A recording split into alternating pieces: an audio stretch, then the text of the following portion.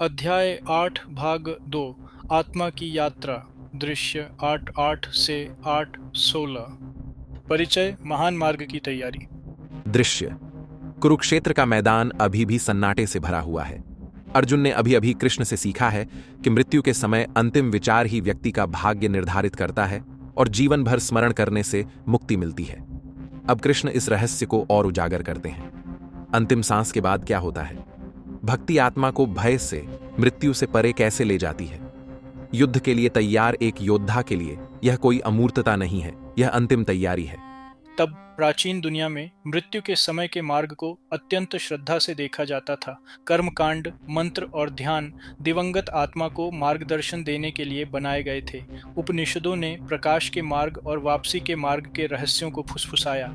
राजा यश के माध्यम से अमृता की खोज करते थे, जबकि अर्षि इसे त्याग के माध्यम से प्राप्त करते थे। फिर भी कृष्ण अब एक सार्वभौमिक और अंतरंग शिक्षा देते हैं। यह भक्ति है, उनका निरंतर स्मरण है जो आत्मा की यात्रा को निर्देशित करता है। वे वर्णन करते हैं कि कैसे योगी अविचल एकाग्रता के साथ भय में नहीं बल्कि स्वतंत्रता में शाश्वत की ओर निर्देशित होकर शरीर छोड़ता है। अर्जुन के लिए यह युद्ध को ही रूपांतरित कर देता है। मृत्यु केवल एक अंत नहीं है बल्कि एक मार्ग है, और व्यक्ति कैसे जीता है यह निर्धारित करता है कि वह कैसे पार करता है।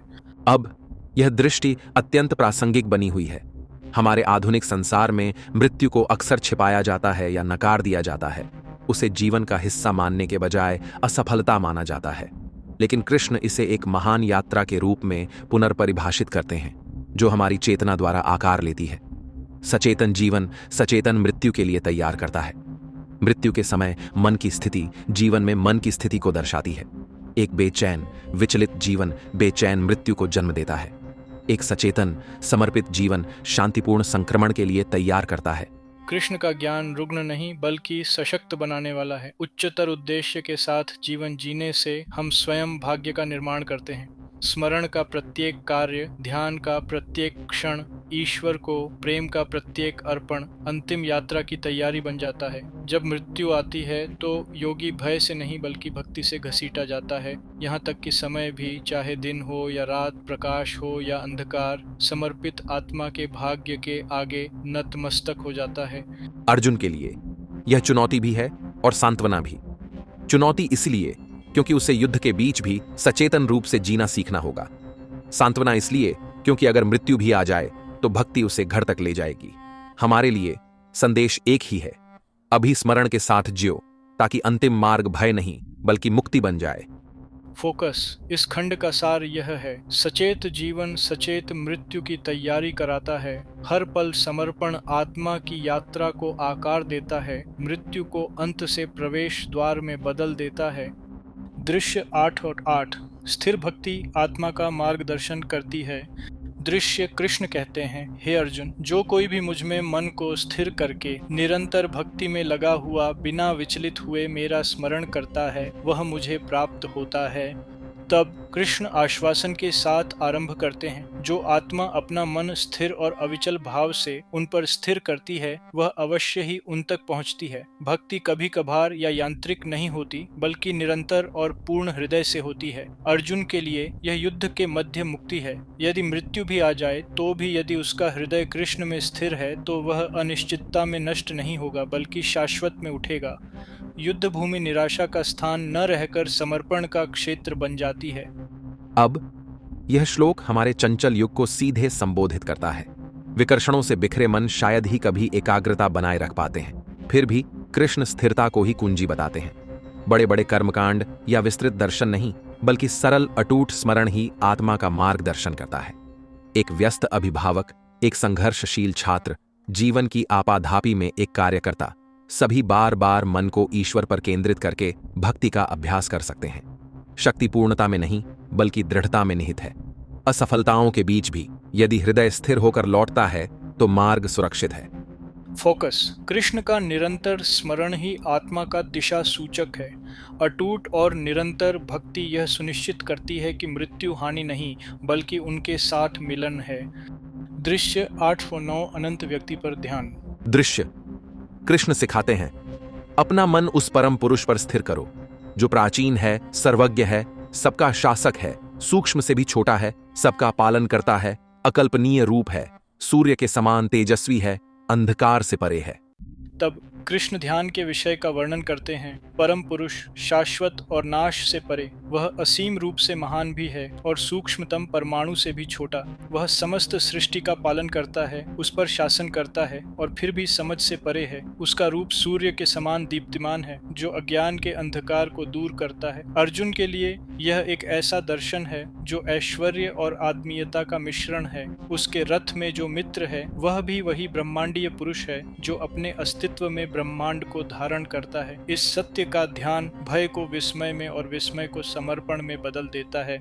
अब यह श्लोक आज भी ध्यान के लिए एक मार्गदर्शक बना हुआ है। हम अक्सर मन को स्थिर करने में संघर्ष करते हैं, क्योंकि हम ईश्वर की कल्पना अमूर्त या दूर के रूप में करते हैं। कृष्ण एकाग्रता प्रदान करते हैं। उस शाश्वत पुरुष का ध्यान करो, उस प्रकाश का जो कभी लुप्त नहीं होता, अंधकार से परे उसकी उपस्थिति का। यह ध्यान चिंता को दूर करता है। समस्याएं तब तक भारी लगती हैं जब तक हम उस परमेश्वर को याद नहीं करते जो आकाश गंगाओं और परमाणुओं को समान रूप से धारण करता है। जीवन पवित्र हो जाता है जब हम उसे उसी तेजोमय स्रोत द्वारा धारण किए हुए देखते हैं। मन विचारों को दबाने से नहीं, बल्कि उन्हें दीप्तिमान सत्य की ओर मोड़ने से स्थिर होता है। फोकस उस शाश्वत पुरुष का, अंधकार से परे प्रकाश का ध्यान करें। उस पर मन को एकाग्र करने से भय शांति में और व्याकुलता भक्ति में बदल जाती है। दृश्य 8-10 मृत्यु के समय। दृश्य कृष्ण आगे कहते हैं, मृत्यु के समय मन को अविचल और भक्ति को दृढ़ रखते हुए भौहों के बीच प्राण श्वास को स्थिर करके वह परम दिव्य पुरुष को प्राप्त करता है। तब कृष्ण योगी की अंतिम यात्रा का वर्णन करते हैं। मन स्थिर, श्वास नियंत्रित और भक्ति अटूट होने पर आत्मा भ्रम में नहीं बल्कि स्पष्टता में प्रस्थान करती है। भौहों के बीच का ध्यान चेतना का केंद्र, जागरूकता को मुक्ति की ओर, ऊपर की ओर निर्देशित करता है। ऐसा योगी संयोग से नहीं बल्कि अनुशासित भक्ति से परम पुरुष को प्राप्त करता है। अर्जुन के लिए यह व्यावहारिक मार्गदर्शन देता है। मृत्यु का सामना घबराहट से नहीं बल्कि तैयारी के साथ करना चाहिए, जहां भक्ति श्वास और मन को कृष्ण की ओर निर्देशित करती है। अब यह शिक्षा हमारे लिए अत्यंत गहन है।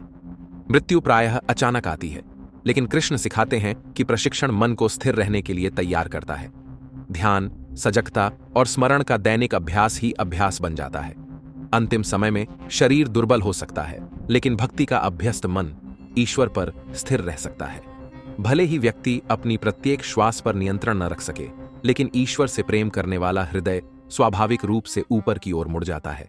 यह मृत्यु को भय से संक्रमण में बदल देता है। फोकस जीवन में मन को प्रशिक्षित करें और मृत्यु के समय यह कृष्ण पर ही केंद्रित रहेगा। भक्ति, स्थिरता और जागरूकता आत्मा को परम तत्व की ओर ले जाती है। दृश्य 8-11 ऋषियों का मार्ग। दृश्य कृष्ण कहते हैं, वेदों के ज्ञाता, जिसे अविनाशी कहते हैं, जिसमें तपस्वी लोग अनुशासन द्वारा प्रवेश करते हैं और जिसकी इच्छा करके वे ब्रह्मचर्य का पालन करते हैं, उस अवस्था को मैं संक्षेप में तुमसे कहता हूं। तब कृष्ण अब अर्षियों द्वारा खोजे गए परम लक्ष्य की ओर संकेत करते हैं। वेद इसे अविनाशी, जन्म मृत्यु से परे बताते हैं। तपस्वी आत्म अनुशासन, वैराग्य और त्याग के माध्यम से इसकी प्राप्ति करते हैं। ब्रह्मचर्य जैसे अभ्यास भी इसी अवस्था की ओर निर्देशित है। कृष्ण इस मार्ग को संक्षेप में लेकिन स्पष्ट रूप से समझाने का वादा करते हैं। अर्जुन के लिए यह एक आश्वासन है, उसे अंतहीन कर्मकांडों या दर्शनों में भटकने की आवश्यकता नहीं है। आर्षियों की खोज का सार स्वयं कृष्ण द्वारा प्रत्यक्ष रूप से प्रकट किया जाएगा। अब यह हमारे लिए एक उपहार है। आध्यात्मिक साधक अक्सर परंपराओं, कर्मकांडों और दर्शनों से अभिभूत महसूस करते हैं। कृष्ण इस मार्ग को सरल बनाते हैं। सार यांत्रिक तपस्या या अंतहीन वाद विवाद में नहीं, बल्कि भक्ति के साथ अविनाशी की खोज में है। साधनाएं अपने आप में साध्य नहीं है, बल्कि मन को स्थिर करने और उसे शाश्वत की ओर उन्मुख करने का साधन है। आधुनिक साधक निश्चिंत हो सकते हैं। आपको संसार का पूर्णतः त्याग करने की आवश्यकता नहीं है। जो महत्वपूर्ण है वह है लक्ष्य की स्पष्टता और भक्ति की निष्कपटता। फोकस ऋषियों का लक्ष्य अविनाशी है। अनुशासन और तपस्या साधन है, लेकिन भक्ति ही सार है। निष्ठापूर्वक शाश्वत की खोज करो और मार्ग स्पष्ट हो जाएगा। दृश्य 8-12 योगी का अंतिम अनुशासन। दृश्य कृष्ण वर्णन करते हैं, शरीर के सभी द्वारों को नियंत्रित करके, मन को हृदय में सीमित करके, प्राण को सिर में स्थिर करके, दृढ़ योग में लीन होकर वह परम तत्व तक पहुंचता है। तब कृष्ण मृत्यु के समय योगी का चित्र चित्रित करते हैं। शरीर के द्वार, इंद्रियां भीतर की ओर खिंची हुई है, मन हृदय में विश्राम करता है, भक्ति में स्थिर होता है, बाहर की ओर बिखरा हुआ नहीं। प्राण श्वास ऊपर की ओर सिर के शिखर की ओर निर्देशित होता है, शरीर से परे जागरूकता को प्रवाहित करता है। पूर्ण तल्लीनता की इस अवस्था में योगी भय में नहीं बल्कि स्वतंत्रता में परम तत्व को प्राप्त करते हुए प्रस्थान करता है। अर्जुन के लिए यह व्यावहारिक और रहस्यमय दोनों है। योगी की मृत्यु पतन नहीं बल्कि अनुशासन और भक्ति द्वारा तैयार किया गया एक सचेत मार्ग है। अब यह शिक्षा आज हमारे लिए भी प्रासंगिक है। ज्यादातर लोग अचेतन रूप से मरते हैं, मन बिखरा हुआ होता है, इंद्रियां बेचैन होती हैं। कृष्ण एक और संभावना प्रस्तुत करते हैं, एक सचेतन मृत्यु जहां इंद्रियां शांत और हृदय स्थिर होता है। हो सकता है कि हम सभी यौगिक श्वास नियंत्रण में निपुण न हों, लेकिन हम जागरूकता का अभ्यास कर सकते हैं। प्रतिदिन सचेतनता के साथ जीवन जीने से हम अंतिम अंतर्मुखी मोड़ के लिए तैयार होते हैं। बात केवल तकनीक की नहीं बल्कि ईश्वर में आंतरिक तल्लीनता की है। चाहे अस्पताल के बिस्तर पर लेटे हों या अचानक किसी नुकसान का सामना कर रहे हों, महत्वपूर्ण बात यह है कि मन भय में है या ईश्वर में। फोकस, मृत्यु एक सचेत यात्रा हो सकती है, पतन नहीं। अपनी इंद्रियों को शांत और हृदय को स्थिर करने के लिए प्रतिदिन अभ्यास करें ताकि अंतिम श्वास परम की ओर प्रवाहित हो। दृश्य 8-13 पवित्र अक्षर AUM। दृश्य, कृष्ण आगे कहते हैं, पवित्र अक्षर AUM का उच्चारण करते हुए, मेरा स्मरण करते हुए और शरीर से प्रस्थान करते हुए वह परम गति को प्राप्त करता है। तब कृष्ण सबसे सरल किंतु गहनतम कुंजी देते हैं AUM ध्वनि। यह आदिम स्पंदन, सृष्टि की प्रतिध्वनि, मानव और ईश्वर के बीच सेतु है। जब कृष्ण के स्मरण के साथ इसका उच्चारण किया जाता है तो यह मृत्यु के समय आत्मा को परम लक्ष्य की ओर ले जाता है। अर्जुन के लिए यह विशाल शिक्षाओं को एक अभ्यास में समेट देता है। हो सकता है कि उसके पास युद्ध भूमि में लंबे अनुष्ठानों के लिए समय न हो, लेकिन कृष्ण का स्मरण करने वाला और AUM का उच्चारण करने वाला हृदय उसे अपने लक्ष्य तक पहुंचाता है। अब यह सत्य हम सभी के लिए आशा की किरण है। आध्यात्मिक जीवन कई शास्त्रों, अनुष्ठानों और दर्शनों के कारण जटिल लग सकता है। कृष्ण सरल शब्दों में कहते हैं, मेरा स्मरण करो, AUM का जाप करो। यह शब्दांश केवल ध्वनि नहीं बल्कि कंपन है जो चेतना को शाश्वत से जोड़ता है। आधुनिक जीवन में भी जब भय या अनिश्चितता उत्पन्न होती है तो भक्तिपूर्वक AUM का जाप मन को शांत कर सकता है और जागरूकता को खोल सकता है। मृत्यु के समय जब विकर्षण दूर हो जाते हैं तो यह स्मरण आत्मा के लिए मुक्ति का सेतु बन जाता है। फोकस, AUM वापसी की ध्वनि है। कृष्ण के स्मरण के साथ उच्चारित यह आत्मा को परम लक्ष्य तक ले जाता है। इसे जीवन में अपने पास रखो और यह मृत्यु में भी तुम्हारा मार्गदर्शन करेगा। दृश्य 8-14 निरंतर भक्ति का योगी। दृश्य, कृष्ण घोषणा करते हैं, जो व्यक्ति अविचल मन और दृढ़ भक्ति के साथ निरंतर मेरा स्मरण करता है, ऐसे योगी के लिए मैं सहज ही उपलब्ध हूं।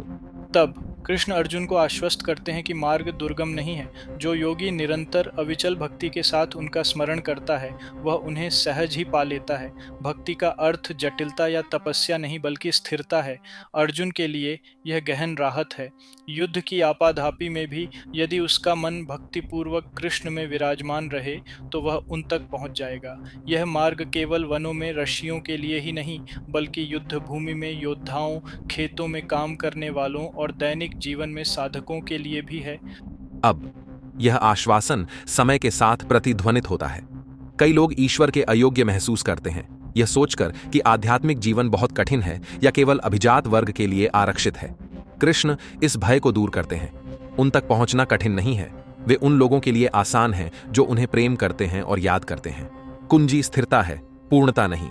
एक माँ जो अपने बच्चे की देखभाल करते हुए कृष्ण को याद करती है, एक छात्र जो पढ़ाई के बीच उनकी ओर मुड़ता है, एक मजदूर जो काम के बीच में उनका नाम फुसफुसाता है, ये सभी योगी हैं। भक्ति पोर्टेबल, व्यावहारिक और शक्तिशाली है। ध्यान दें, जो लोग कृष्ण से निरंतर प्रेम करते हैं उनके लिए उन तक पहुंचना आसान है। भक्ति केवल कुछ लोगों का विशेषाधिकार नहीं है बल्कि सभी के लिए खुला मार्ग है। दृश्य 8-15 महान आत्माएं जो वापस नहीं आती। दृश्य, कृष्ण घोषणा करते हैं, महान आत्माएं मुझे प्राप्त करके इस अनित्य दुःखमय संसार में पुनः जन्म नहीं लेती, वे परम सिद्धि को प्राप्त कर चुके हैं। तब कृष्ण अब मुक्तों की नियति का वर्णन करते हैं। जो लोग उन तक पहुंचते हैं वे दुख के चक्र में पुनर्जन्म नहीं लेते। निरंतर परिवर्तन और दुख का संसार अब उन्हें बांध नहीं पाता। उन्होंने परम सिद्धि प्राप्त कर ली है, ईश्वर के साथ शाश्वत मिलन। अर्जुन के लिए यह भय से मुक्ति है। मृत्यु अब कोई खतरा नहीं, बल्कि अनित्यता के चक्र से बाहर निकलने का रास्ता है। कृष्ण के प्रति समर्पण करके वह दुख से हमेशा के लिए मुक्त हो सकता है। अब यह शिक्षा हमारे बेचैन युग में आशा की किरण जगाती है। जीवन अक्सर प्रयास और निराशा, लाभ और हानि, सुख और दुख का एक चक्र सा लगता है। कृष्ण इसे नए सिरे से परिभाषित करते हैं। यह चक्र अंतहीन नहीं है, मुक्ति वास्तविक है। भक्ति में रहने वाली महान आत्माएं इस बंधन को तोड़ देती हैं और शाश्वत स्वतंत्रता में विश्राम करती हैं। यह आश्वासन प्राथमिकताओं को नया रूप देता है। जब शाश्वत पूर्णता प्रतीक्षा कर रही हो तो अस्थायी विजयों से क्यों चिपके रहें? यह निराशा को भी दूर करता है। कोई भी दुख अंतिम नहीं है।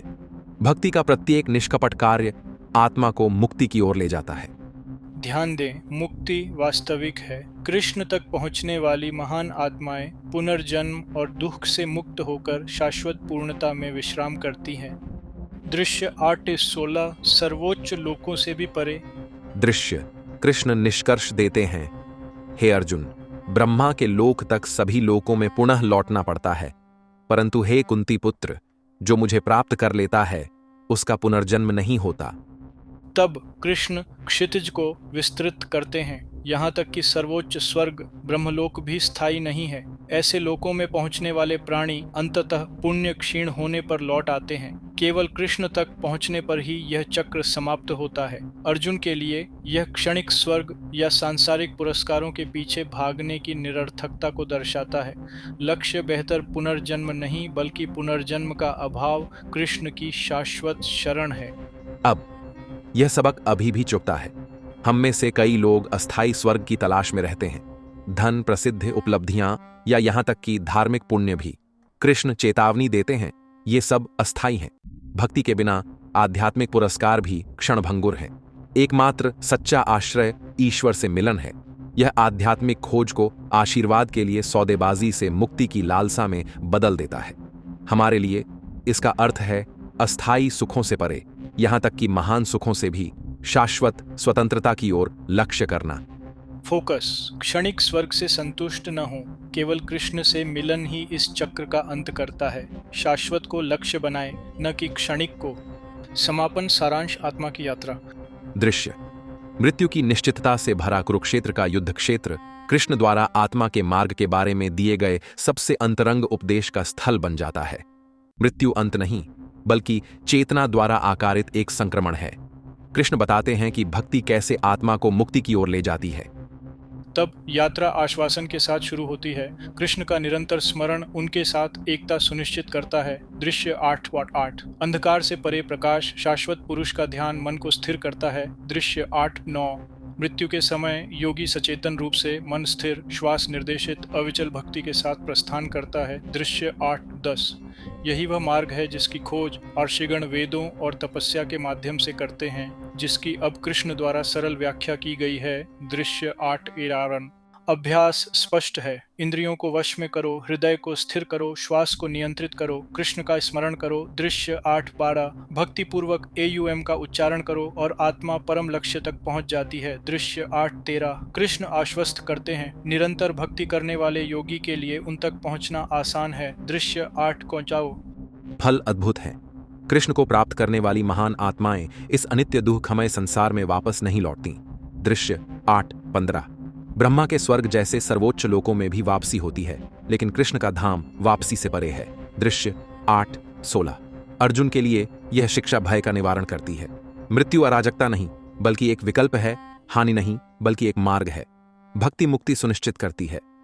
अब यह ज्ञान आज हमसे तत्काल बात करता है। हम अक्सर मृत्यु को नज़रअंदाज कर देते हैं, फिर भी कृष्ण इसे केंद्रीय स्थान देते हैं।